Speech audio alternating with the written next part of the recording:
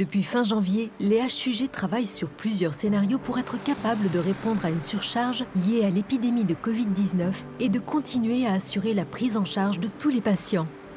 Les premiers patients ont été pris en charge aux urgences et assez rapidement, on a mis en place une structure annexe avec un flux séparé des urgences pour épargner les urgences. Et on a réussi à avoir au départ 30 à 50 patients par jour. Rapidement, on est passé à maintenant à peu près 300 patients par jour, raison pour laquelle on s'est agrandi avec une tente à l'extérieur. Depuis le 17 mars 2020, les HUG augmentent leur capacité d'accueil en urgence de personnes souffrant de troubles respiratoires aigus d'apparition récente. Une tente d'une superficie de 200 mètres carrés a été installée derrière l'hôpital afin d'assurer un premier tri des personnes venant consulter en ambulatoire et faire, si besoin, un test de dépistage. Cette tente a comme objectif d'accueillir dans de bonnes conditions ces citoyens de la population et également les citoyens personnels des HUG. Alors la tente, ça permet de faire une entrée.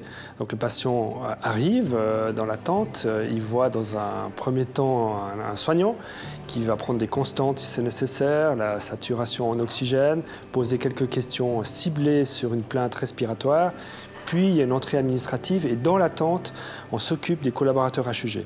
La population continue dans un secteur dédié avec 11 box pour une prise en charge la plus efficiente possible.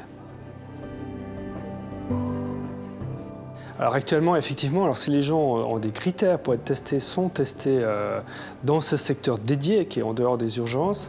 S'il faut faire davantage de soins, une radiographie de thorax, une prise de sang, le patient sera orienté dans le service des urgences, soit ambulatoire, soit service des urgences aigus. Progressivement, les HUG adaptent leur dispositif en fonction des besoins identifiés. Plusieurs unités spécialisées sont déjà dédiées à la prise en charge de patients souffrant de Covid-19.